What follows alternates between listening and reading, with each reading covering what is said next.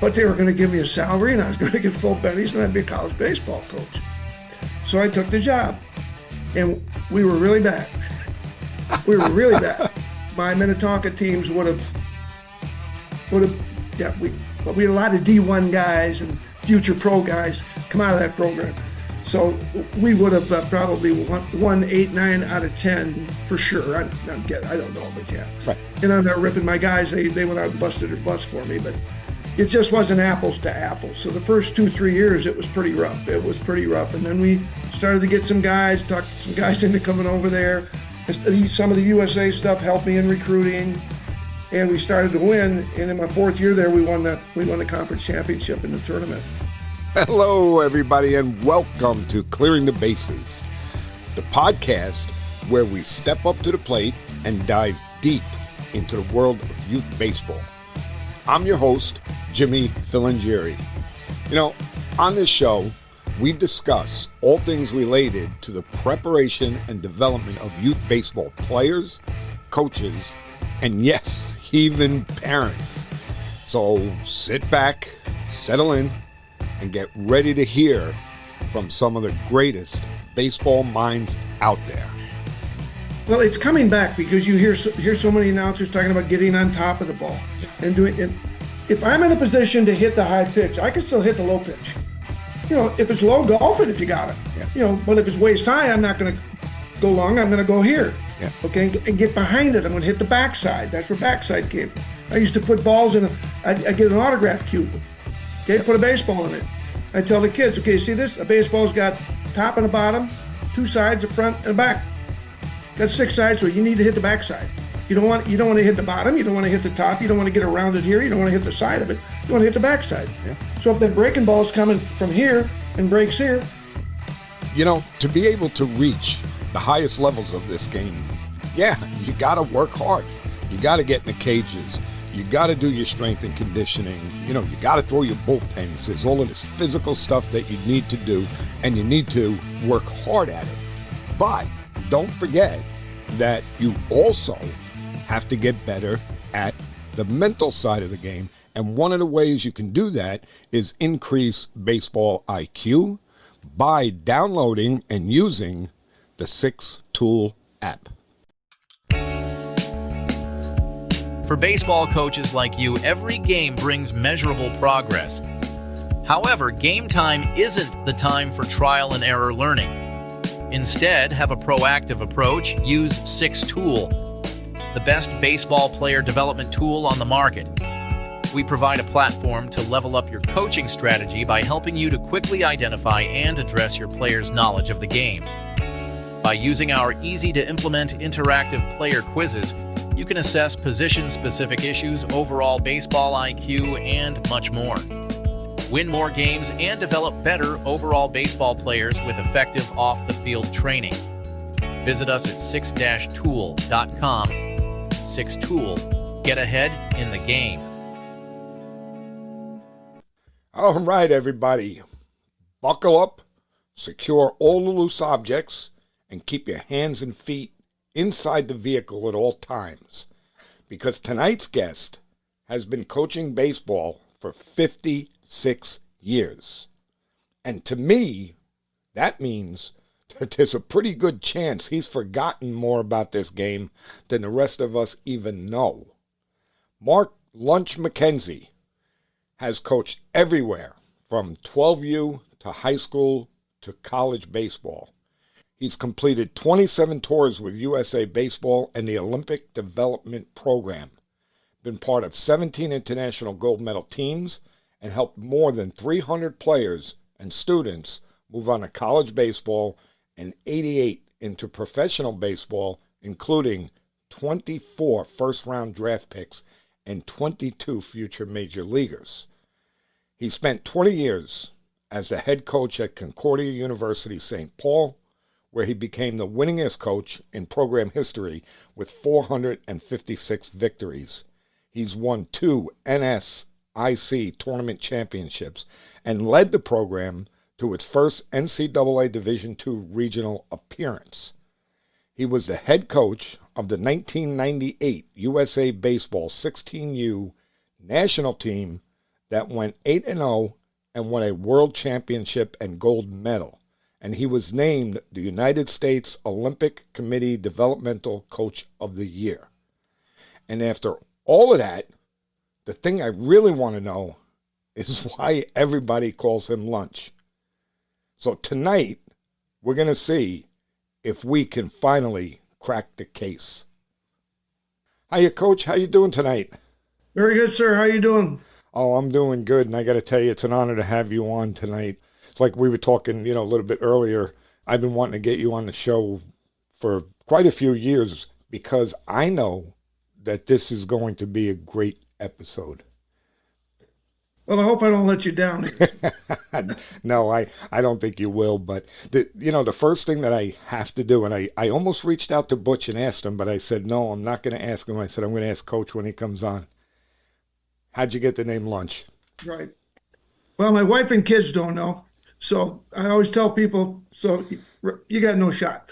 Now, I'm getting older, and it's a ridiculous, it was nothing.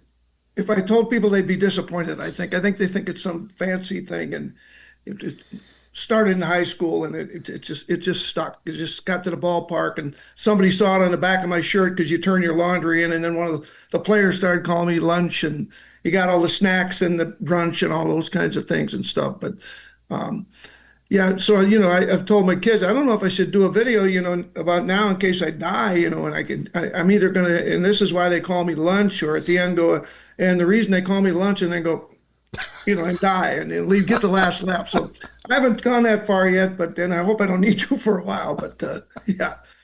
Well, the funny thing about that is, like you had said, I thought Butch had something to do with it. Okay, knowing him, I figured that he had something to do with it. But to find out that it was when you were in high school, that's amazing. I would have like you said, I would have never ever guessed that. Yeah, it was either 69 or 70. Oh wow! When it originated, and then it really caught wind in 71 in spring training. I worked with the Twins in spring training. I threw BP down there, was the assistant trainer, clubhouse guy, and stuff for years, and so.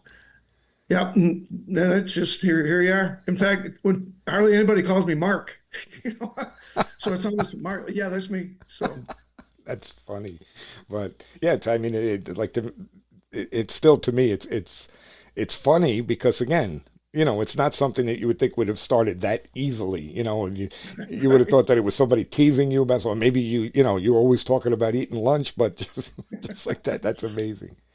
Yeah. So let's jump into it. So look, you've been coaching baseball for more than 50 years, okay? When you think back to the young coach when you first started, how different is the coach sitting here today than he was back then? Well, I hope he's different. I started when I was 15, and so I was coaching 9-year-olds with a buddy of mine. I mean, I don't know where you want me to start.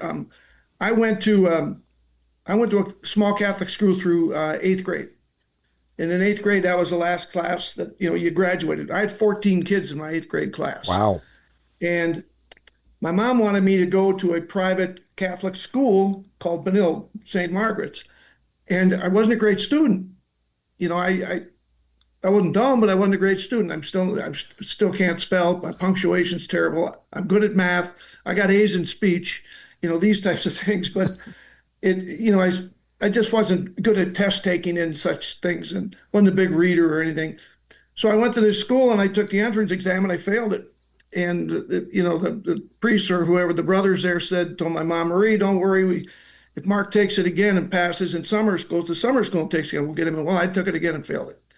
So I went to public schools for the first time, and the only guys I knew at the public school were the guys I played Little League with growing up and stuff. But I started to make some friends, and so this is 9th grade, and buddy of mine and I just started coaching 9-year-olds. And at the same time, my dad had gotten to know a guy named Dick Stigman. My dad was a bricklayer and a block layer. I ended up laying block, and my brother laid block. We 20, 30 years. My grandfathers did, my uncles did, everybody was a construction worker. And so we get to 9th grade, and he knew a guy that knew Dick Stigman, who was a pitcher for the Twins. And the guy golfed with Stigman. So he told my dad, hey, Jack, I can get the kids tickets to the ball game if you want to. So he was coaching his team. I think we only had 9 guys in the team. It was just a little local team. And so my buddy and I decided, well, if Dad will get the tickets, let's take 2 kids to a game. And then we're going to get to the 9th guy, we'll take 3. So I asked him, can you do this for me? Yeah. So it was a matter of Stigman coming up with 4 sets of tickets or something. Well, the last one, this was 1968, was the last series of the year against the Oakland A's. And we were in the outfield shagging during BP, hoping to get some foul ball, some home run balls and stuff like that. And so then we went and watched the game, and it was great. Well, during the game, a guy broke a bat. One of the twins broke a bat. So before we went home, I said, come on, let's go see if we can get that bat for you guys, because they were twin brothers. These guys were twin brothers. And got over there, and I reached down in there, bat boy looked up. I said, hey, any chance of getting that cracked bat? And he took it, and he broke it over his knee, and he handed it to me in 2 pieces and laughed at me and said, there you go. So I took it home, I taped it up, I nailed it up, I wrapped it up. But on the way home, I told those kids, I'm going to tell you guys something. If I'm ever in a position like that, I will never treat a person like that ever. Yeah. And I would suggest you guys didn't either. Well, unbeknownst to me, I went to East Junior High for the 1 year, 9th grade, and we had East and West in Minnetonka, Minnesota, Prince Country, by the way. And we played against each other, so we didn't like each other. And now we get to Minnetonka High School in 10th grade, and it's the fall. And now they're our classmates and teammates, and vice versa. So we're in Phi Ed. They had Phi Ed back then. And it was boys and girls. Well, so they do various things, floor hockey or whatever, volleyball. But we were doing softball. And I was the best guy because I was the only baseball player in the class. And there was a guy, I'd play shortstop in our games and stuff. And the guy to my right playing third base went to West. And he was pretty good, so we got to be buddies. And so he said to me, I bat boy for the Twins on the visiting side every now and then. I said, how'd you get that job? He said, well, I sub for the other guys when they got to do something. Well, how'd you get the job? He said, I mowed Jim Cott's lawn. I said, that's cool. He said, yeah, the Twins got a rule. Their employees and players cannot get anybody, family members, friends, the job as the bat boy. They used to have twins, little twins, be the bat boys for the Twins. He said, but Jim golfs with the visiting clubhouse guy, Jimmy Wiesner, and their buddies. So he went to him and said, I got this good kid if you ever need a guy. So I substitute. I thought that was the coolest thing ever. Sure. So fast forward, we move along in the fall. And my mom and dad were going to an AFL-CIO convention out of state. So I went and stayed at a buddy's house. And, it was dial phones. And, there were, we didn't talk. Nobody knew I was there, put it that way. And I'd go to school with the kid, my buddy that lived at the house. And one morning, I think I was there like 2 days, the phone rang and Mom got it and she said, Mark, it's pre-lunch days. Mark, it's for you. Well, it was the kid. It was a kid from West. And he said, hey, you want to come down and work the last 3 games of the series? The Bat Boys got to go to college. I said, well, yeah, but why'd you call me? He said, I called all my buddies from West. Their moms won't let them out of school. I said, mine will. So I went down. I got a hold of my mom and dad. I said, here's what I'm doing. I went down there and I ball boyed the last 3 games of the season. And so the guy said, hey, if you want to come back, you'll be here with Mike, the other guy, next year. So I worked down there the first year, and he said, hey, if you want to work football games, I run the visiting clubhouse for the Vikings. He said, it's different. I can't pay you, but you can be on the field, and you got to warm up the punters and the kickers and all that. And you be in here, you get some T-shirts and football. Yeah, well, 8 or 9 games a year. So I took that job. Now that started a whole chain of a whole bunch of different things. But in the 19th or the 21st or something, we've got our first preseason game. This will be my 59th season with the Vikings. Wow. On the visiting side. Wow. Okay. So now we're back to the kid breaking the bat over a thing. Well, now I'm in that position, and I've been in that position. And my sons have both worked in the clubhouse. In fact, my son runs the visiting clubhouse. We just hosted the Savannah Bananas all weekend, and they loved it. It was awesome. Yeah. And they were brought up the same way. When I walked in the clubhouse, I was in awe. And my boss, and soon to be great friend, Jimmy Wiesner, said, okay, here's the deal. You can't be in awe of these guys. You have to respect them, do your job, and you're not one of them either. So just there's a balance in there. He said, but you need to know this. if you start thinking you're a big shot because you have this job, you'll be a little shot really fast. He said, Babe Ruth died and they kept playing baseball. You think Mark McKenzie doesn't show up tomorrow, we're going to shut this game down. You got another thing coming. I have lived by that, Jimmy. I have raised my kids by that. I've coached my kids for that. You can be as competent and yeah, I want to be the best at everything I do. Even if I can't be, I'm going to be the best I can be. But if you turn into a big shot, those things can go away real fast. And so we've been passing that down. So now all these years I kept coaching those 9-year-olds. Then I finally got to 1973 when I was a couple of years out of high school. I was still working with the Twins. I was throwing batting practice, like I say, on his assistant trainer, assistant clubby, just hanging, being around there. And where the hell was I going with this? But this is called sometimers disease. It's not Alzheimer's, it's sometimers. So anyhow, I went to spring training with the Twins for years and have been down there working in that clubhouse, but it built a foundation. Where I was going with that was I moved up to East Tonka Babe Ruth. I moved up from the 9-year-olds to Babe Ruth baseball, 1973. So I coached there until 1986.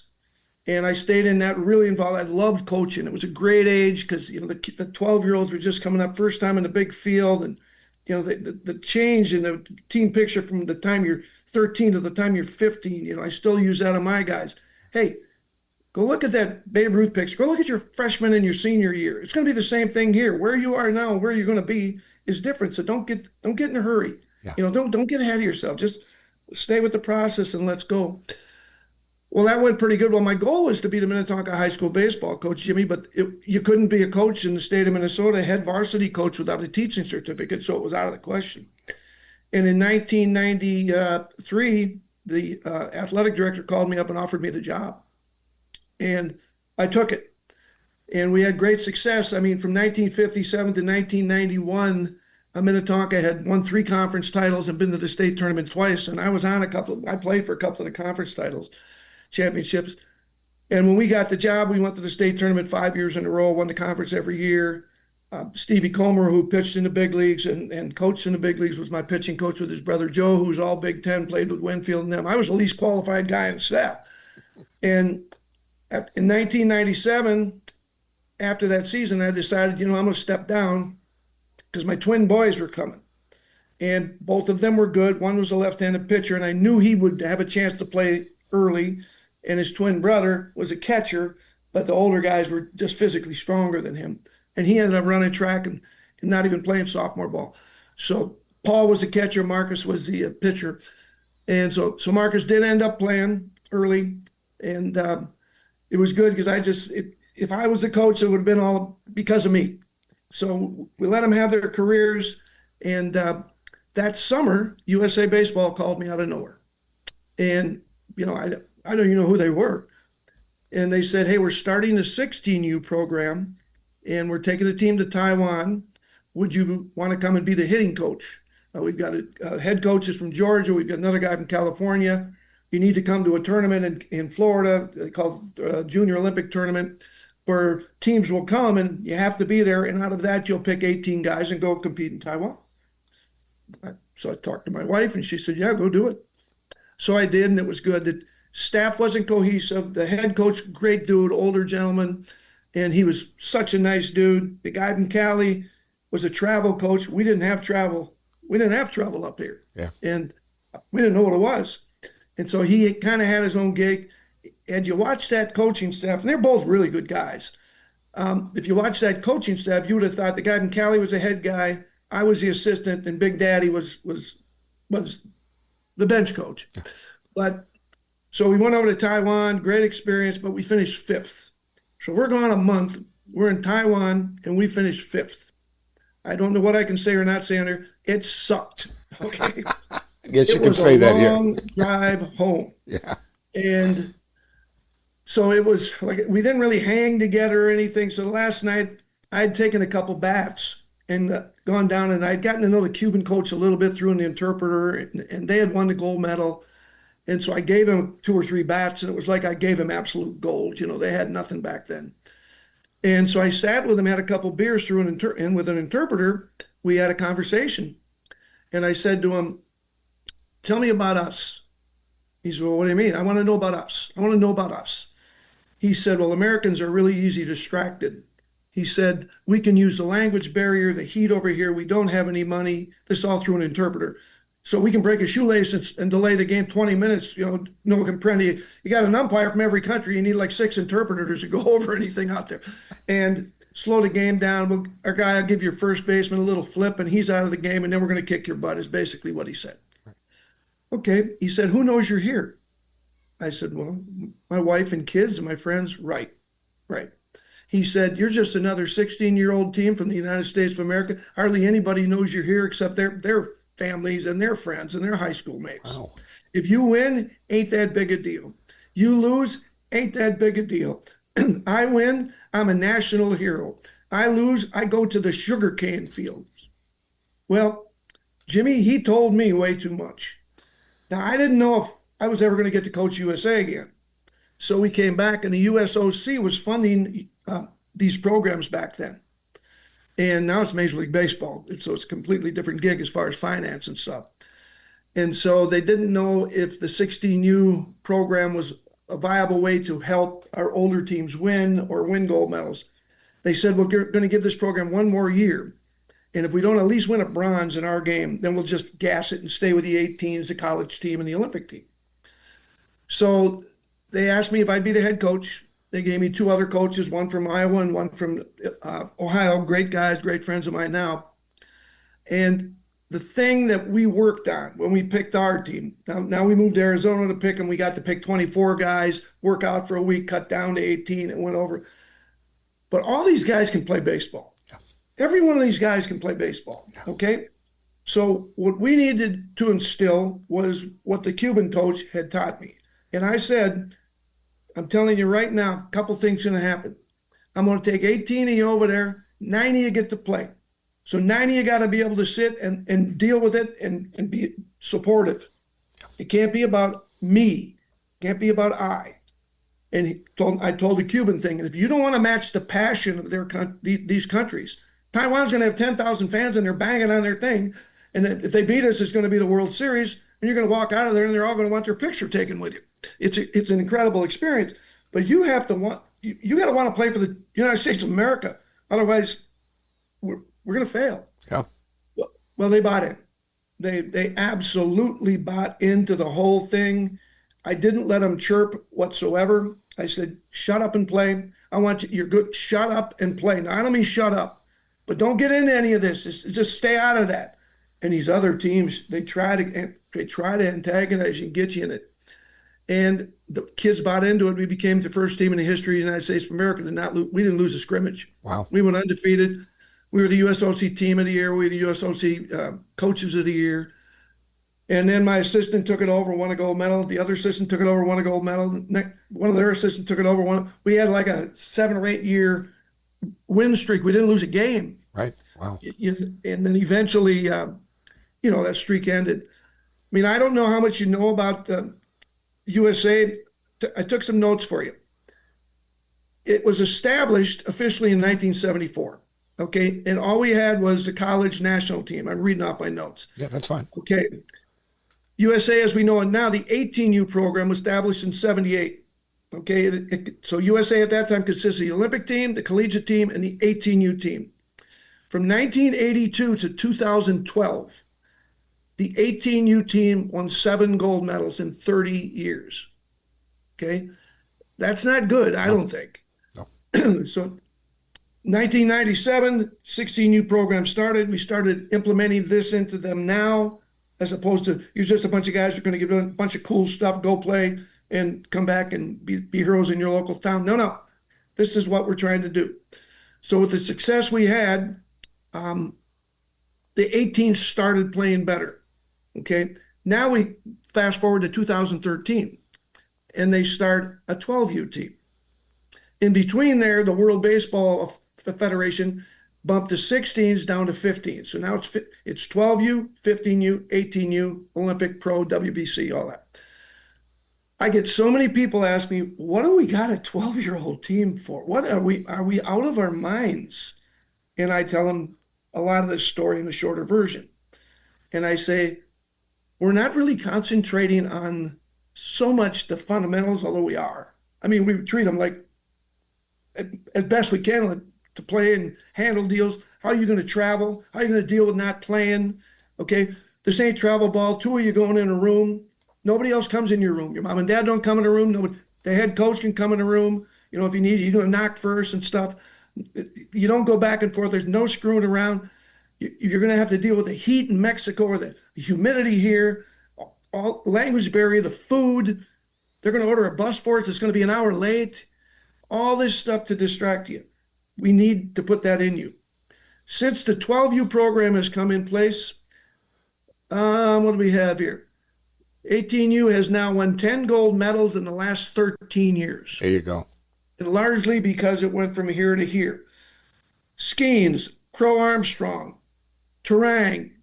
Okay, Skeens and Armstrong played on the 12U team. Yeah. You got Bregman, Witt, Bryce Harper, Corbin Carroll, Clayton Kershaw, Kevin McGonigal, Bryce Elrage, Colt Emerson, George Lombard Jr., and Max Clark. All those dudes are guys that I got to be around. And yeah, I taught them a little baseball, and most of it was more wisdom stuff than physical stuff. Yeah. You know, they'd ask you a question, you break it down, and you don't give them something because they're still 17, 18. You can't expedite maturity. Right. You know, and so it's needless to say, people don't know that, but that's what we're doing with our 12s. And I love Little League, and I love Babe Ruth, and I love Legion and all of that. But when I watch these Little League World Series games and stuff, or the qualifying, you can see the kids break down. You know, when they do something wrong, they crack, and it's okay. It's normal. Yeah, sure. It's normal.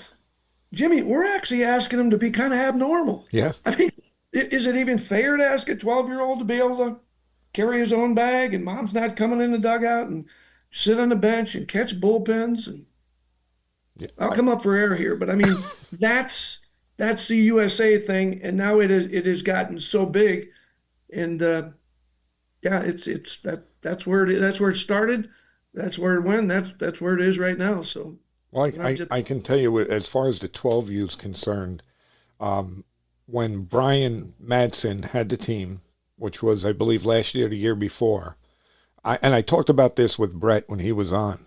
I was shocked at the talent level of those 12-year-old boys. I mean, like you said, I watched the Little League World Series. Matter of fact, just earlier today, I was watching some of the regional play. It's night and day. It's night and day. I mean, the USA baseball players are head and shoulders above those players, the way they carry themselves, like you said, you know, the way they approach the game, just so many things. There's no pouting. Like, you know, I was watching today, and there was a kid, I don't remember, he struck out or whatever, and he was, you know, head down, shoulders slumped. You know, those are the things that I didn't see any of that with the USA team.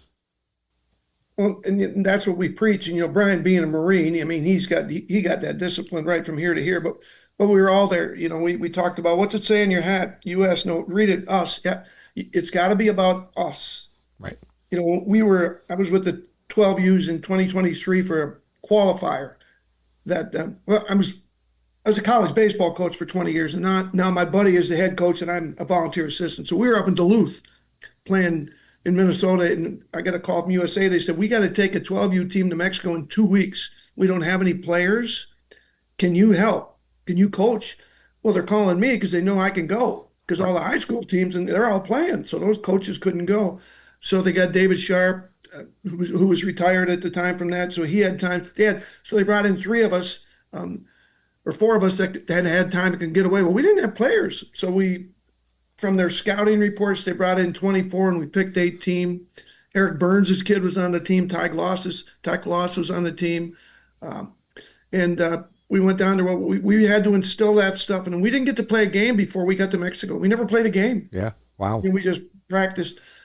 And so now you got these kids down there, and everything we told them was going to happen. You know, the buses were late. The lights turned out when we got a 10-run lead. I mean, the umpires doing this. But those kids were unbelievable. And that's the team that we were killing everybody. And so we qualified. To qualify for the world, that was Brian's team. We had to qualify to get Brian to Taiwan. Well, we got to finish 4th. Well, Jimmy, we're going to finish fourth in those games. I'm sorry, I'll probably jinx us now, but so, we qualified days early, but no, we're going to win the gold medal, or this is still going to stink. Yeah. So it's going pretty good. We're playing Venezuela, who'd we beaten by one earlier. They're going crazy. I mean, they're going bonkers, and they're whipping our butts. Yeah. We're down 11 in the last inning with one out, and the kids are cracking. Right. And I'm everybody calm down. They finally stopped. They said, guys, here's the deal. They're going to send us home here in about a half an hour, no matter what we do. Why would we quit playing? Yeah. We won the game. Yes. Yeah. We were down 11 with one out in the last inning. You can't do that in slow pitch softball, Jimmy. You're going to hit the ball at somebody. That's right. But it was their talent, but you could see Venezuela cracking. Yeah. As we kept playing, and this is what we're talking about, dudes. Our interpreter came over to me and said, Lunch, you speak Spanish? I had their signals. I'm yelling out some high school thing. If I yell your number, it's a curveball. If I yell your name, he knew what I was doing. I said, no, I don't speak Spanish. Good, because you wouldn't believe what they're yelling at you. I said, well, I don't care. Oh, that's funny. So, I mean, and then Brian went over there, and they went over there and won a gold medal, too. And then I think his team, I think they've done it now 2 years in a row. Yeah. Because they could qualify. So there's just so much more to it. And these kids work their butts off, and there's no guarantee. Some of those 12-year-olds are almost fully mature physically. Yeah. And they don't continue. But then you got the Armstrongs and the Skeens, and you get the Bobby Witts, and a lot of guys do. But that just goes to show you how difficult it is to be a Bobby Witt Jr. or to be, it's, and it's, I'm going to kind of touch a little bit on the current state of affairs in youth baseball, how most people don't understand the numbers. Okay. So, like you said, those guys are special. They're different than the average baseball player. And I wish more people understood that, so they wouldn't put so much pressure on the kids. They wouldn't always be grasping for that brass ring. I always tell players, you want to be the best that you can be at the level that you can achieve. And that's it. Don't look beyond that. Don't look, because again, Paul Skeens is a freak of nature, and there's not many of those. Right. So. Right. No, Tom Kelly, my daughter's named after him. He's a major mentor in my life. Wow. And he pounded, he came to tons of our college practices after he retired, but he just said, don't get ahead of yourself. Yeah. Just don't get ahead of yourself. You can't expedite it. Just hang in there. And, this is a little Division II school, Concordia University, St. Paul. To go off that, after I won that gold medal in 98, okay, I came home and I was out of construction all of a sudden because all they wanted was lessons. So I opened up, we got all sorts of press. And so I opened a baseball school and it exploded. And, I had great teachers and stuff. And we did that for years. Well, then in the fall of 99, I get a call from Concordia University, St. Paul, which is a tiny, small Division II NAIA team in Minnesota. Mm-hmm. And that wasn't an extremely high level of ball. There's no NAIA up here anymore. It's junior college. And I'm not ripping NAIA because you get down there in the Missouris and the Ohios and that's good baseball. That's right. I mean, they by no means am I going there. So they said they were going to try to go D2. And I mean, they only had like 1,500 students. It was a small Christian school. I had never sent a kid there. I never told a kid don't go there. Right. I just didn't know much about Concordia University, St. Paul. But they were going to give me a salary and I was going to get full bennies and I'd be a college baseball coach. So I took the job and we were really bad. We were really bad. My Minnetonka teams would have, we had a lot of D1 guys and future pro guys come out of that program. So we would have probably won 8, 9 out of 10 for sure. I don't know, but yeah. Right. And I'm not ripping my guys. They went out and busted their butts for me, but it just wasn't apples to apples. So the first 2-3 years, it was pretty rough. And then we started to get some guys, talked some guys into coming over there. Some of the USA stuff helped me in recruiting, and we started to win. And in my 4th year there, we won the conference championship in the tournament. And we had Billy Maurer, Joey's older brother, came in and pitched for us and carried us. And we won that conference tournament, Jimmy. We didn't bring a guy out of the bullpen because I didn't have a bullpen. Oh, hey, center fielder, can you come in and give me two? Third base, can you come back in here and get us 3 outs? It was, that's the truth, too. Well, then we started to recruit a little bit better, and then we won again in 2008. In 2005, we were runner-up. And so this thing started to build. And then so I started to get some guys, but it was still difficult, very expensive. If you were good academically, you got a lot of money, but I had one tuition for my scholarships. So Oh, wow. trying to get A students, so they're going to get 10 grand. So if I give them 2 or 3, Yeah. stay close to home, you know what I mean? But so we had a couple kids come up from Iowa, and they came up because I got another kid to come in as a sophomore that got in a fight in junior college, and his mom wanted him to come to a Christian-based school, and he's a little bit of a hellion, but boy, could he hit. Yeah. And it was, come on, dude, you can make something of yourself here, but you can tear this program right apart too. Well, he walked that line, but he holds all the records, and we won. Well, there was a kid at his high school in Iowa that looked up to him, and he and his buddy wanted to come up and work out for me. So they came up, and I saw him play catch. I said to my assistant coach, we're not going to get these 2 guys. These guys look like D1 athletes just standing here playing catch. He said, you're right. Well, we got them both. Turns out we were the only kid named Brian Lippincott. We were the only team to offer this kid. This kid's a straight A student, big-bodied kid, kind of stiff, but I mean, you could see it was there. Long story short, he ended up being a national batting champion, a 19th round draft pick, the academic All-American of the Year in the conference, the academic All-American of the Year in the sport of baseball in the country twice. Wow. And now all of a sudden the program took off, and people going, oh, how did that happen? I want to bring my kid in there. And okay, fast forward to the Varlins, Louis Varlin, his brother Gus.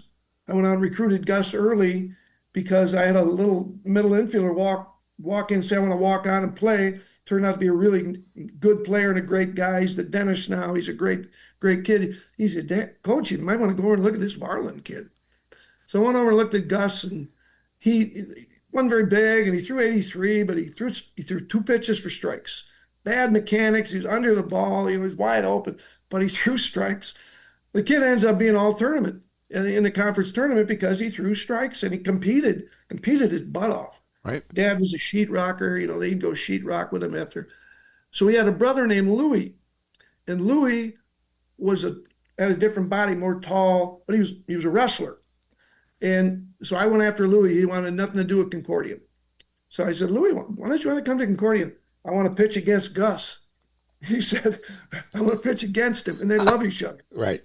But I want to pitch against him. I said, okay. So I kind of went, all right. So Gus started turning into Gus. And what I mean is conference pitcher of the year, All-American, 14th round draft pick. Louis starting to get a little bit interested, and he wasn't drafted here by now. So I finally went to Louis, and I brought him in the office with his mom and dad. I said, okay, Lou, nobody else has talked to you, right? And he had written an email to every team in our conference, and no one responded. Oh, wow. And I said, here's what I'm going to do. Here's what I'm giving Gus. Your mom and dad can verify it. I'm going to give you $500 more. He said, I'm in, Coach. And the rest is history. Now, did I think that they were both going to be big league players? No. Did I think they were going to be pro? No. Right. Did I think Louis was going to be Louis? No. And people are looking, going, well, maybe my kid can do that. And here's my message to everybody that I recruit, and I don't do a ton of recruiting anymore. I didn't get those guys signed. I tell those kids I tell everybody the same stuff. I give everybody the same opportunities in practice. Everybody the same opportunities to go to school, get good grades, stay out of trouble off the field. Okay? They all get this. Everything's equal except playing time. And you earn playing time. Yep. And then how you deal with failure and how you deal with success. If you walk around like Babe Ruth died, let's go back to that. Okay? But if you walk around like your dog died, I need you to stay here. If you want to go home and kick the cat, I get it. I don't have a cat. That's probably why. Okay? But the bottom line is it's what these kids are capable of doing, and what they want to do, and how hard they work at it. that gets them there. It's not me. It's not us. No. It's them. Now, I got a violent shirt on, for God's sake. Do we take pride in that? Oh, yeah. Come on. It's been good for recruiting, too. But, I mean, it's the same thing with the USA guys. Guys, we're just guiding you, man. You're the guys doing the work. You're the guys. We don't win. I can't go out and win. Brian Madsen can't go win a gold medal. Okay? Yeah. I can't go win a gold medal. But if you buy into what we're selling and you trust us and we trust you and we stick together when it don't go so good, we don't get too high when it goes really good, we got shot. Yeah. And I sound like Butch Chafin right there. We got shot. But yeah, I mean, that's kind of been my gig over there with USA Baseball for years. It's just,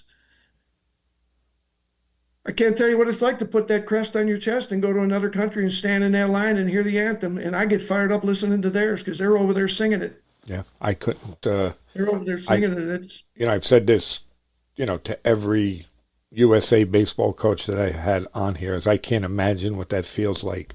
And I actually said to Brett, and he responded the same way everybody else did. When you first put that uniform on, your eyes tear up, and it's just, you're full of pride. And it's, God bless you guys, because you do a fantastic job. And, the thing that I really like about it is that, yes, it's about baseball, but it's about more than baseball, right? Oh, 100%. Yeah. 100%. I mean, at the reunion, we don't have a reunion yet. They're talking about it now from '98. But the anniversary, I post something on Facebook, and the guys all come back and they all talk about it. Now they got families and they got kids, and they're talking about what they're doing in their real life. And some of them got to play professional baseball. Most of them didn't. Right. At least big league ball. Right. And I mean, you get out of it what you put into it. But once again, when they're 16, I know some of them look back and go, I didn't realize what a big deal that was. And, now the big leaguers, like I said, my son runs a visiting clubhouse for the Twins, so they got all these guys in there. Well, Mike Trout didn't make our 18U team. Yeah. Now, he tried out as a shortstop. And there's a story behind that, too, and Brett might have told you some of that. But I was helping in the clubhouse this last time the Angels were in, and Mike was there, and I haven't seen him in 18 years. And my son went and said, hey, my dad's here. And so he came in and, we talked about the process and what went down. And it was therapeutic for me. It was therapeutic for him.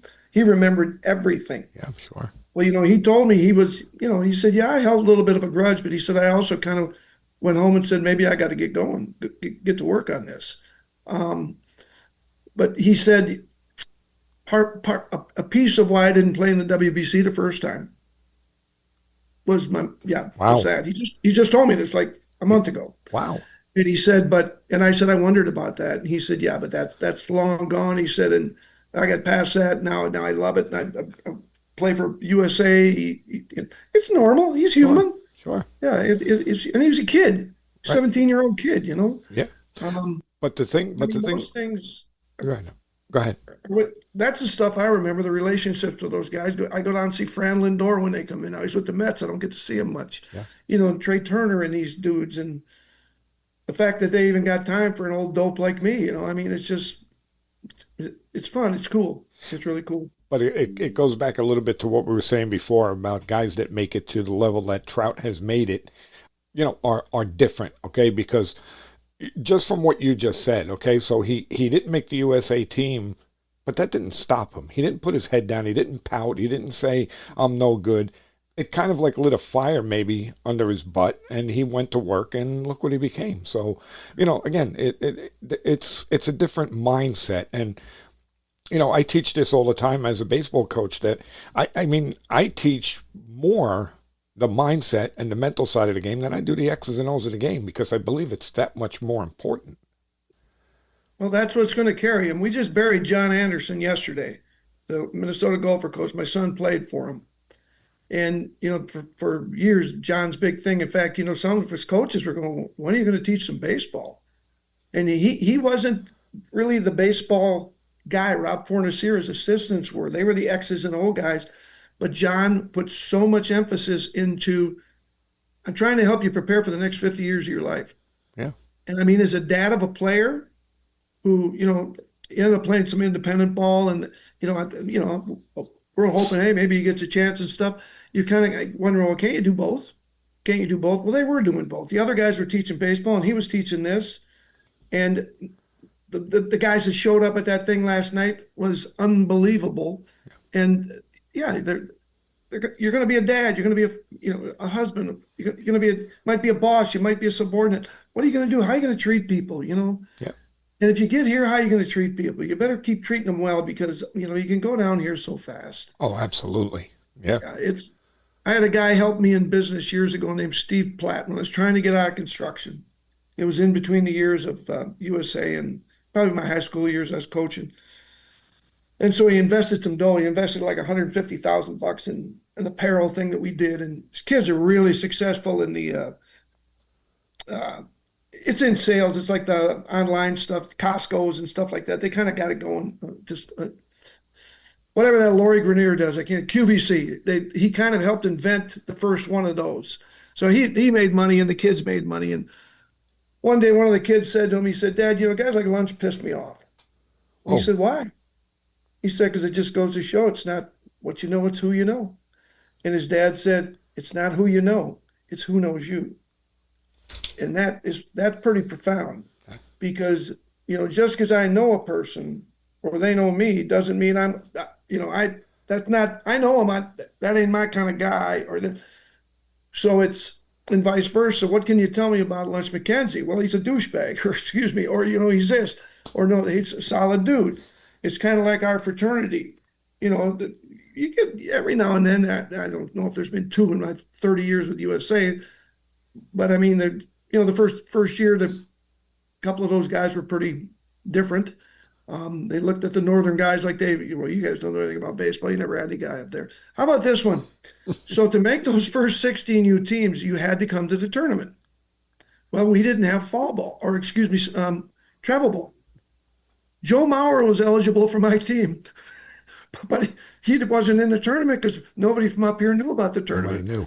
So the Major League Scouting Bureau guy went to the 18U team when Joe was 16 and said, "You might want to look at this Mauer kid." They took him. He led the 18-year-old thing and hit him.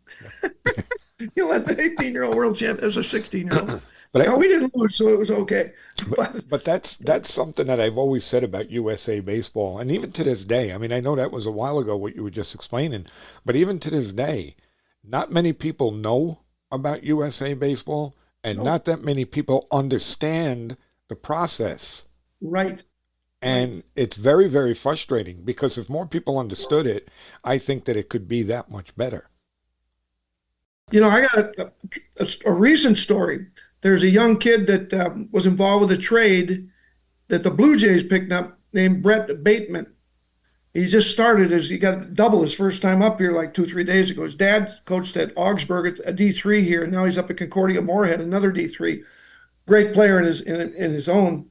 Great guy. We did a lot of twins camps together for years, and we got to know him. When Brett was a little tiny guy running around, he'd come to those camps and stuff. Well, Brett came down. It's the year I met BMAD. We were out in Burbank and went out there for the 12U, the whole big group before we picked down to the trials. And Brett was one of the guys out there, little tiny guy. He could run like crazy, left-handed hitter, but pitched a little bit. But he won there. Yep. And so he didn't get selected. But when he left that day, he said, "I know what I want to do now. I want to be a baseball player." And okay, so he just got brought up to the big leagues. And I texted his dad. I said, "You remember what he said to us when he walked out of there?" He said that it was such a great experience. He bought into what we were trying to say of how you need to go about your work, how do you need to be different, how you need to be a great teammate, all that stuff. And his dad said, "Yep." He said, "Lunch, USA baseball changed my son's life, and he didn't even make a team." I got that like 2 days ago. I said, "Well, I'm passing that on." Yeah, that's impactful. That's a powerful statement, and that's a really cool that you guys look at it that way. But he's a coach and a player, and he said, "Yeah, sometimes you don't make the team." Yeah. Yeah, he understands. That's pretty cool. Yeah. So let's get into a little bit about your hitting. You're being a hitting coach. That's kind of your specialty, right? Yeah, I wasn't too busy during the launch angle days. Those 2 or 3 years of, let's try to lift the ball. Oh, Tom Kelly would come on and goes, Lunch, these guys don't have the ability to do what they're trying to do. The guys that can do that are these guys. A lot of those guys ain't playing for Concordia University, St. Paul, and D2 in the Northern Sun Intercollegiate Conference. And you know what? Yes. I'm gonna like interrupt you there for a second. For what you just said is the exact reason why I wanted to talk to you about hitting, because I'm with you on that. You get in the cage and you hit a ball that hits the top of the cage, I'm throwing you out of that cage.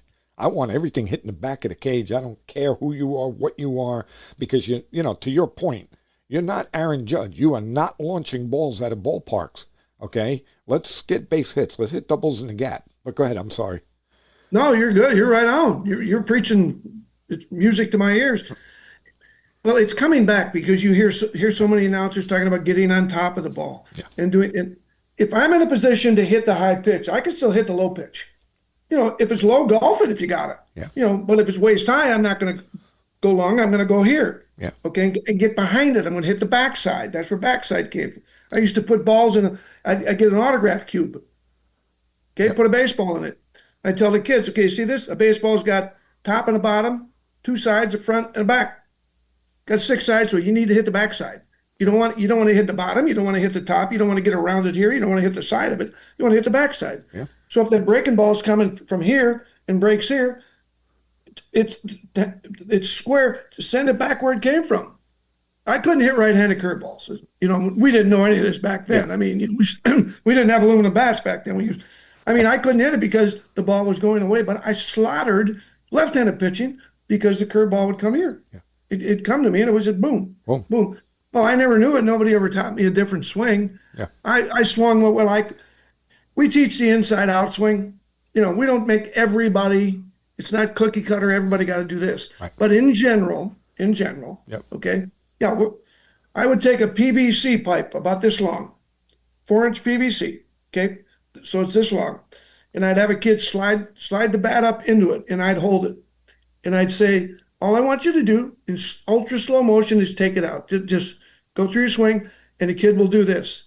He'll go here they'll start to go here, and they're pushing it at me. I said, no, let me show you what it takes to get there. Watch. Yeah. Okay, see where all this stays? Right We got to across your chest. separate all these parts. Yeah. Separate all these parts. And I want all these things. What is it now? I'm not smart enough to talk about kinetic chain and all that stuff. But what I used to tell people is your body is made up of a series of hinges. 1, 2, 3, 4, 5, and swivels. Yeah. Okay, you got hinges down in your knees. You got hinges. Yeah. Hinges. Yeah. All right. So I want to just separate everything and be able to keep the barrel inside. Okay. And then if the ball breaks outside, I can get it. If it's here, I can continue to go. And if it's down, I can golf it with 2 strikes if I need to, or if I'm good at that. Yeah. Lift one out of the park. But I've got to be able to hit this pitch. And that's why so many guys back in the day would try to teach off the high tee, because if I can hit that, I can hit anything below it. I still teach. I still do that. Yeah, if you can't hit this, they're going to pick. Nowadays, they're running up their 100, up here. So, it's even harder. So I think it's come way back. I love listening to the games now because they talk about getting on top, it's staying inside, hit the backside. Yep. The backside was the term we came up with. People used to tell me it was BS. I said, well, no, it ain't BS. And that's where the cube came in and stuff, just to show it to them. Well, I use 3 main principles when I'm teaching hitting to my players, and it's what you said. Okay, number 1, stay on top of the baseball. Number 2, stay behind the ball. And number 3, your head can't move. And don't get me wrong, I'm oversimplifying it. I know that there's more to it. But if you can't do those 3 things, then I don't think you're going to be a very good hitter. I would agree. I'll give you 2 things. I'll tell you what Carew taught me. Carew didn't teach me to hit. Carew taught me a lot about teaching hitting. I don't know if you can even see this. Let me see. So he had me in the dugout. It was funny because I was in the Angel dugout and the Twins were over there watching. After I was done, they said, what did he tell you? What did he tell you? So he said, take your stance. He said, go through. This is where I got the slow-mo. Go through your swing in ultra slow motion. Ultra slow motion. I mean, frame to frame. So I'd go here, foot down, and then I was doing this, and he stopped me, and he was messing with me. He stopped 20 times. He stopped me. And I wanted to go, but I just went, okay, what? He said, you're completely connected. You're a one-piece hitter. I said, why you say that? Because when you turn your back hip, your whole upper body turns. So when your back hip starts to go, you're doing this. Yeah. Okay. So that's why this got me. That's why that got me. Right. He said, so it doesn't matter if you take your hips first or your hands first. Reggie, who's the godfather of my kid, by the way, both my twin brothers, and Reggie was a hips first guy. I struck out 5,000 times or 2,500. Rodney was a hands guy. Rodney said, teach them to bring their hands first. Now bring the hips and hands together and swing. So what I learned was with the hinges, with this hinge right here, okay, if when I move my hands, that all goes, this is all connected. I need to learn to be able to do this. Yes. And keep this here. Yes. Or I need to kind of figure, I need to bring my hands first. If I can't do that, I need to bring my hands first. Yep. So that once I get here, boom, that's not so bad. But if I can do this, yep, I've got it. So we call it one piece. Here's the other big thing with young kids. When I get down to USA with some of these good high school coaches and stuff, and we're evaluating, what do you see at lunch? Well, I'll probably be doing this next week.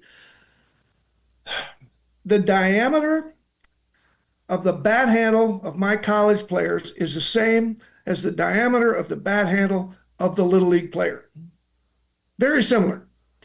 Big difference, my hands are bigger. Sure. So when my kids started playing baseball, they hung onto the ball with 3 fingers. Yeah. And the ball didn't really grow too much, so it went to here because their hand got bigger. Yeah. Well, now you're playing Little League, or you're growing up and you're the best dude. Well, your hand's a little, and the bat inevitably gets further back here. It just does. Yeah. And you're good. Yeah. And you're good. So I'm not going to change that. So now we'll be down there and I'll see these kids and they're good little hitter and I can hear it. This is a Tom Kelly. It's okay. It's that instead of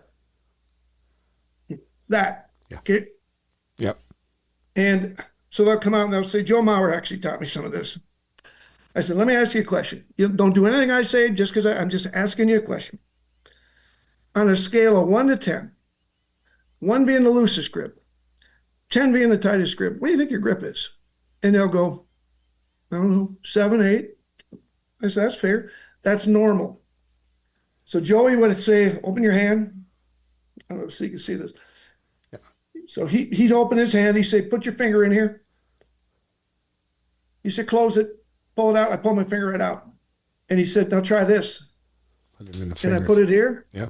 No chance you're pulling that out. Yeah. No chance. Yeah. And I show it to the kids. I do this with my college guys. Yeah, me too. Like some of those guys will go, had you known this, you wouldn't be here. You wouldn't be at Concordia St. Paul, son. Yeah. Well, so now don't change your swing a bit. Don't change anything. I love your swing. But put the bat in the base of your fingers and put a 3 grip on it. Okay? And if you hate it, don't do it. You know what pine tar is? Yeah? Do you know what it's for? Make my hands sticky. So I can get, no. It is to make your hands sticky so you can hang on to the bat as loose as you can and engage your wrists. Engage your wrists. Yeah. Engage this. Yeah. Instead of. Yeah. And these kids will get in there. I had some SEC guys down there. We were with the 15s and, working out all these kids. And I must have said it to 20 kids. And 4 of them look at you like, okay, see you later, pal. But a couple of them, second round, you come in and it went from being thud to whack, whack. And the Bama coach said, what are you telling these guys? And I said, it's the younger guys. It's not going to be so much your guys probably. But if the guys can understand this growing up and the younger guys, I mean, it's working with my college kids. Yeah. I mean, if they don't want to do that, I don't care. I do the same thing with the college guys, okay? I did it with my high school players, and now I'm doing it with college guys where I make them take a bat. And actually, I don't want to call it a drill, but we do spend time where I make them put the bat, like you said, right here, and just make them hold the bat. And then I'll show them. I'll say, look, when you're in there, to your point, Your hand should be loose when you're holding. It's not this when you're holding the bat. It's nice and loose, nice and easy. And at the college level, I'm still teaching that, which is crazy. Well, I'll say to a kid, "What do you weigh?" My college kid, "What do you weigh?" 198. That's a 2-pound bat. The bat weighs 2 pounds. Okay, Yeah. you're carrying it like it's a yeah. sledgehammer. Right. Okay. Yeah. Here's the other thing. That dude's throwing a $10 baseball. We're swinging with a $400 aluminum bat. We got technology on our side, for God's sake. They're not going to jam us like they are with wood when you play in the college leagues, okay, and the pros. Yeah. There's just so much. So I think some of that too is that you look at some of these little leaguers on TV, and they're big, the bigger dudes. They're outside, like inside out. They're outside in, but they're so big and strong. I mean, it'd be like, if I went back to play 10-year-old baseball, I'd be a star. Yeah. Still couldn't run, but I mean, because the field's small and I'm just bigger than everybody else. Yeah. But yeah, that catches up when you get everything even. Yeah, it's just I used to have the tire. I'd have a tire, and I'd put an axe handle. I'd get him an axe. I show the axe handle. It's got no blade on it. I go, "What is this?" Guys would go, "Either I don't know." I go, "Looks like a paddle." I said, "Well, it's an axe handle." I said, "And here's what it is. It's kind of like this." And so they take the blade and they put it over here, and then they pound a piece of wood in here, so this widens, and now it's here. And when you get to contact, you want to be here. Okay? So that's why the bat is flat, because it automatically goes. You can't get around that. It lays right in your hand. So whoever ever invented that back in the caveman days probably put him in a pretty good hitter. So you're here. When we get to here, we want that blade here, not here. Right. So if you get any of this, you're going to break your axe. Yeah. And it doesn't work with everybody, but most guys just go. Right. Well, here's the other thing, Jimmy. I didn't know any of this when I was their age. Oh, neither did I. Guys, I didn't know any of this. Neither did I. Let's face it. I'll give you one more off this story. Go ahead. So when I got done working with Carew, I went over to the Twins dugout to see TK and the guys. And this is when Winfield was on the team. So it's probably 92, 93. It's after the World Series that year. But Knobloch was on the team, and he was kind of a buddy of mine. And so I got in there, and a couple of the guys are going, "What did he tell you? What did he tell you?" So we're having the same conversation. Well, now they're getting in. So this is awesome. Everybody's throwing their guys, Brent Gates and Nobby, and Winfield walks down. And because we're talking about holding the bat, he said, "Knobloch, come here." So hold your hand up. Nobby held his hand up. Winnie held his hand, and it was like this. He said, because they were talking about how to hold a bat, he said, "It's different. It can be different with your hand size." Yeah. So there's not just one way, but in general, yeah, you want a loose grip so you can go here. You can get your hands involved. Yeah. I'm a big hands guy. Yeah. Yeah. My foundation, I get the power from my foundation. Yep. But I don't swing with my foundation. Right. If my foundation is weak, then my upper half and my hands have no power. Right. But if I sit and I have a good foundation and hit against the front side, I love that. I'd watch our softball team because they would see some good hitter, and she, hits against her front side, and that back foot would come up and come forward. Well, they were literally teaching the girls to do this off a tee. They're swinging, and they had them doing this when they were done. I mean, so they weren't. They were misinterpreting it. Yeah. Whoa. Yeah. And I said, "Okay, here's the thing. I'll take one of our strong kids." I said, "Let me tell you about hitting the front side. I might put a rubber mound down there, put my foot up against it. Yeah. Say, now throw something. I'm going to torque all the way through." I said, "If we get into a tug of war contest, I got no chance against you. But if I can put my foot up here, right, against the wall, here enough, as long as I got some hand strength, I can do it." That's what I'm doing when I hit against my front side. Yeah.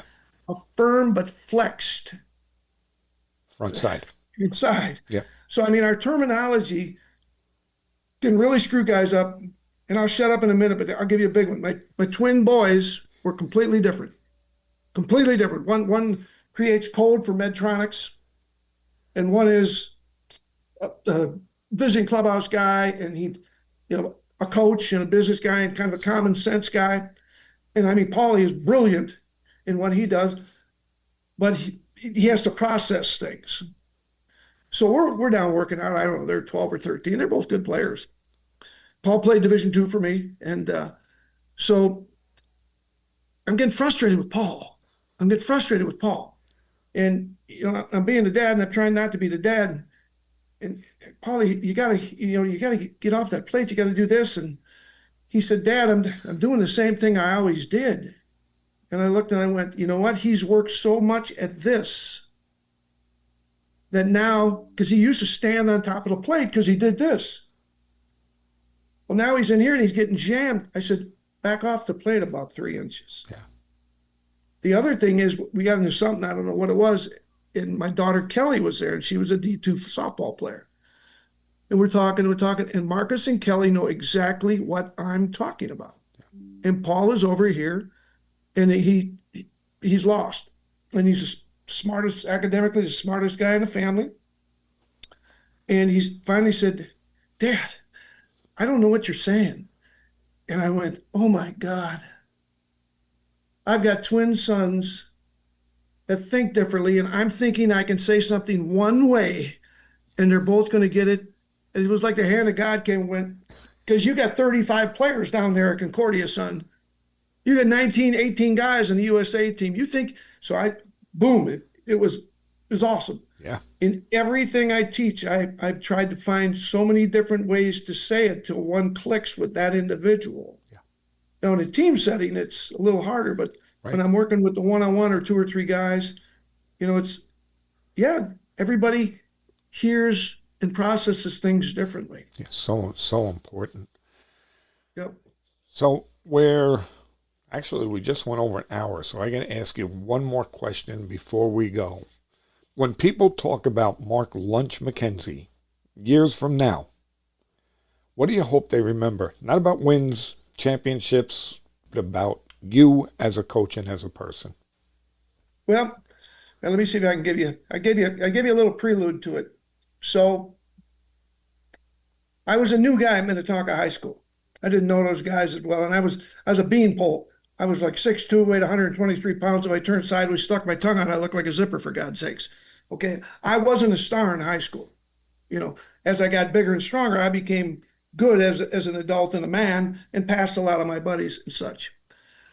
I really was pounded. A lot of things were pounded into me to deal with success and failure. Okay, deal with success and failure. So, my first child was born. We had a daughter named Jackie, named after Reggie Jackson, and my dad was Jack, and she was awesome. And he was her godfather, and came out for the christening and all that. And she died when she was 2 years old. Died in her sleep suddenly, no reason. She had epiglottitis. Basically, had they given her that bubblegum medicine, she would have lived. It was like they thought it was croup. It wasn't. And her throat just swelled shut in the middle of the night, and she died. Oh, and she was dancing before I put her to bed. Yeah. And this is a selfish thing to say, I got up and went to lay block the next day, and my wife Linda had found her and called me. And I still, to this day, thank God I didn't find her, but I think that's terrible that I say that because of Linda. Well, it's the worst thing that's ever happened to me. I'm sure. And 8 months and 21 days later, the twin boys were born, and my wife wasn't expecting when my daughter died. Okay? They were born cesarean because the one on the left was flipped. And they said we can do natural birth with the first one for sure, but we might have to do cesarean anyhow here, and she just said, let's just do cesarean. Yeah. So they go in there, and here comes one. It's a boy, because we didn't know. What do you want to name him? Marcus. Okay. They put a tag on him. They messing around with this guy over here. Oh, hold on, I got another boy. I said, okay, that's Marcus. Then the other one's going to be Paul. And they're looking at me like I got 3 heads. What's behind that? I said, well, left-handers are a little different. He was on the left side. He's causing trouble. So I'm guessing he's going to be a left-handed pitcher, and this one's going to be the catcher. Well, it turned out that way. Okay. So since then, we've had my daughter Kelly, who's named after Tom Kelly. And Marcus is named after my guy, Marcus Allen. I knew Marcus. I loved him. And, like I say, I still run the visiting clubhouse for the Vikings. And so all these wonderful things, the USA thing, me getting a job at the high school, becoming the first coach in the history of the state without a teacher's certificate, which has now changed completely. All working for the Twins, Super Bowls. Okay, I've worked 2 Final Fours. I had Duke when they went with when they beat the Fab Five. You know, I'm in on the '91 celebration, 1 gold medals. It's been a Wally world, for God's sakes. I'm not doing. I drive by scaffolds in the winter and say, "Thank you, Lord."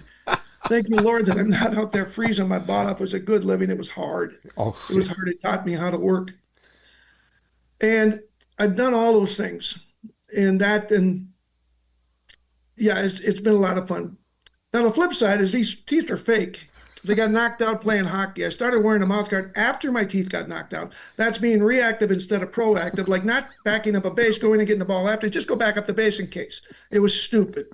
I'm diabetic, been diabetic since 1998. I've had 11 surgeries. oh wow. Okay. Various surgeries around. And in 1983, my daughter died. Okay. So I've had all these and I've had a bunch of these.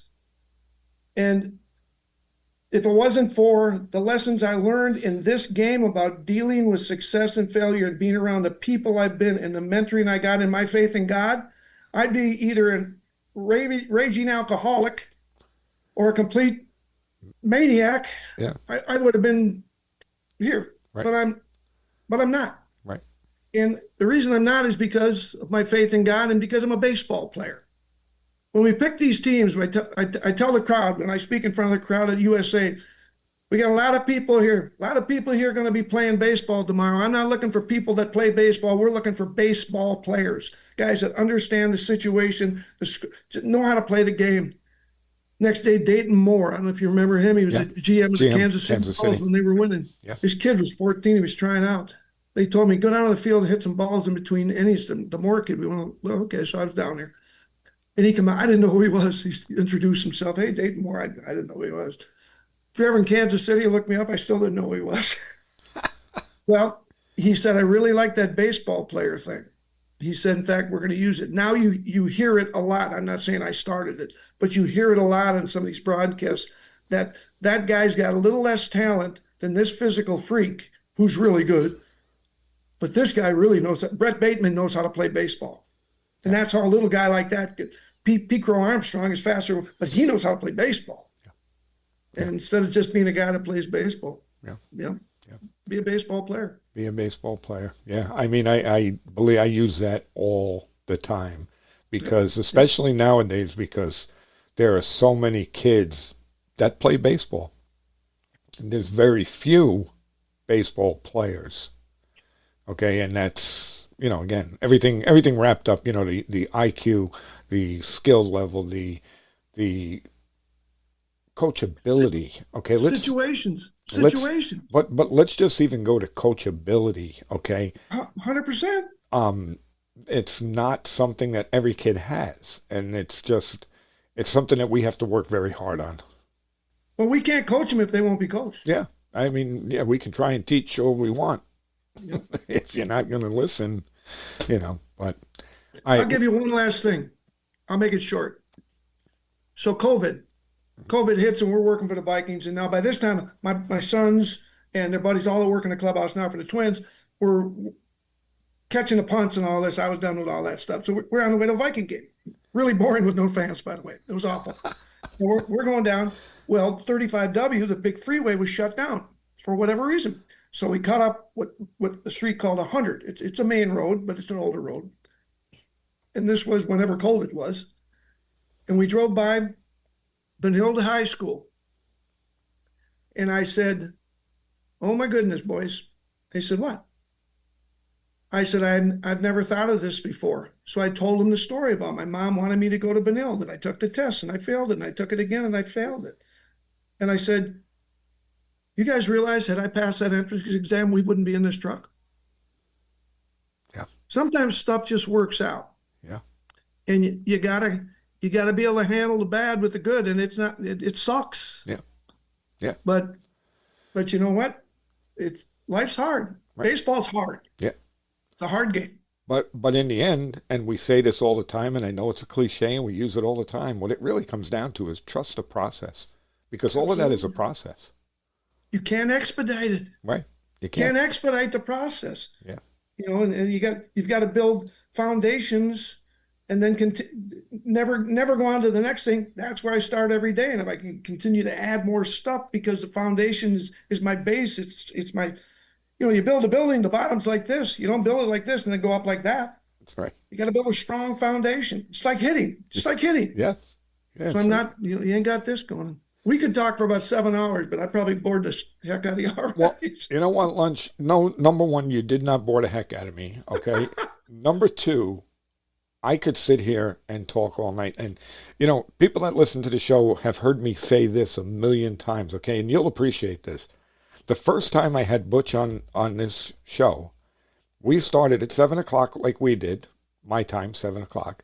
I did not get off this Zoom call with him until after midnight. Once we finished recording the show, we just kept going and going and going and just kept talking. So my point is, guys like you, guys like Butch, there's so many of you guys out there that I could sit there and I just sit back and listen, because I know that there's so much wisdom, there's so much experience, there's so much that I can learn from guys like you that I just love listening to you talk. And we can learn from guys like you. I mean, you're a baseball guy, man. I mean, we certainly don't. The minute we start thinking we got all the answers, we're done learning. And I'm not going to be done learning until I have some timers all the time. Well, I cannot thank you enough. I mean, like I said, this has been a pleasure, and I'm just honored to have you on, and I thank you. No, I'm nothing special. I'm just blessed. So I appreciate you, man. It was really nice meeting you. If I can ever be of assistance to you, let me know. Great, Lunch. I appreciate it. Thank you so much. All right, brother. God bless. Anybody that listens to this show knows that this is our 140th episode. So that's 140 conversations. And this one, I'll say, was different. And the reason why I say that is because what struck me about this is that it was much less about baseball technique and about teaching and about culture, all of the topics that we usually cover. This one was different because Coach McKenzie told stories, but within those stories, there were messages to be learned. And I think if you don't really pay attention to what he is actually saying in those stories, you're going to miss a whole lot. And we'll start right off the bat when he was talking about, as a teenager, when he asked the bat boy for a broken bat, and the bat boy broke it over his knee and handed it to him. Well, yeah, he's telling that story, but there's a message there. And if you're not paying attention, you might have missed it, where he told the younger kids, if I'm ever in a position like that, a position of power, I'll never treat someone that way. So if you dig deeper, you'll see that basically what he's saying is that as coaches, players are going to forget the drills. They're going to forget the practices, the games, the champion. They're going to forget almost everything that we do with them. However, they never forget how we made them feel. And I think that that's what the message was there. And again, like I said, almost every story that he told, there was a message. And, I'll go through a couple of them that I took note of. And I hope that you did the same. Number one, development cannot be rushed. Okay? So he was talking about looking at players at 13 versus 15, or freshmen versus seniors, and reminding them that who they are today isn't who they'll eventually become. He said, don't get in a hurry. Don't get ahead of yourself. Just stay within the process. Later, discussing elite USA baseball players, he says essentially the same thing. You can't expedite maturity. The message there is trust the process. There's a process. And if you try and skip steps along the way, it's probably going to have an adverse effect on you. He also mentioned that struggle is supposed to happen. We actually say that as we're teaching, we want players to fail. And I've always said this, even in my professional life, that if you're not making mistakes, you're not learning. So, that holds true in baseball also. He was talking about how 12-year-olds, become emotional or struggle to handle that adversity and how it's normal. In fact, he actually questions whether expecting 12-year-olds to behave like mature adults is even fair. And it's really not. I mean, a 12-year-old does not have the life experience of an adult. So there is really an important distinction. He wants kids exposed to responsibility and adversity, but he doesn't condemn them when they initially struggle with it. Resilience is something that needs to be developed, not just assumed. I really, really enjoyed when he spoke about his conversation with the Cuban coach after the USA finished 5th. And the Cuban coach told him Americans were easy to distract. Heat, language barriers, delays, opponents antagonizing them. Lunch took that lesson into the following year's team. And if you remember, he said that, he didn't want his team engaging with the other team. He didn't want them chirping, which I love because I don't want my team doing that either. And he said, just basically shut up and play. In other words, and I use this term all the time, we live in our dugout. And I forgot who I got that from, but, I always say that as baseball coaches, we're thieves. But somebody said it, and I took that to heart because it made all the sense in the world. You have to understand that when the opposing team is chirping and going through all of those antics, it's almost like it's a strategy. What they're trying to do is they're trying to get your focus on them instead of your focus being on the game. So you need to understand that, again, like Coach said, just shut up and play the game, okay? And through that, the next team that he had went undefeated. So, I mean, I can keep going how he talked about, teaching and everything's not cookie cutter. There was so many messages in everything that he said.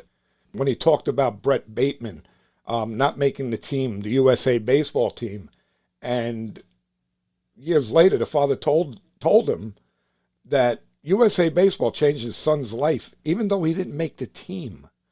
Because going through the process of trying to make a USA baseball team, you will learn along the way.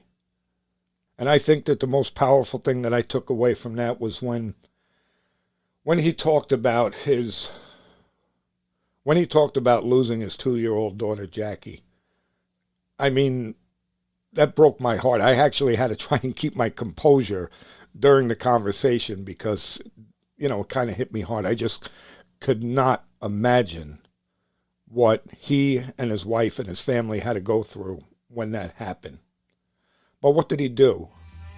He took that tragedy and he used it to guide him. He said something like, it taught him why perspective, humility, and relationships carry so much weight in his coaching philosophy. So sometimes when bad things happen to us, we can use it to build the strength that we need to move forward. So, if you enjoyed today's show, don't forget to hit that subscribe button. Visit the website at thectbshow.net. Listen to your favorite episodes and please leave us a review. You can also reach out to the show on social media, X, Facebook, Instagram, YouTube, and get this, the old man has finally got us on TikTok. Keeps me young.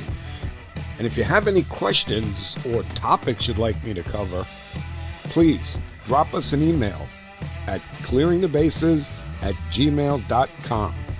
Your feedback helps us bring you the best content and reach more people in the baseball community just like you. And also, let me know if you'd like to be a guest.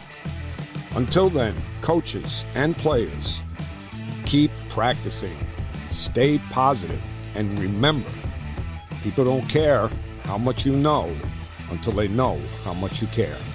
Thanks, everyone, and I'll see you on the next one.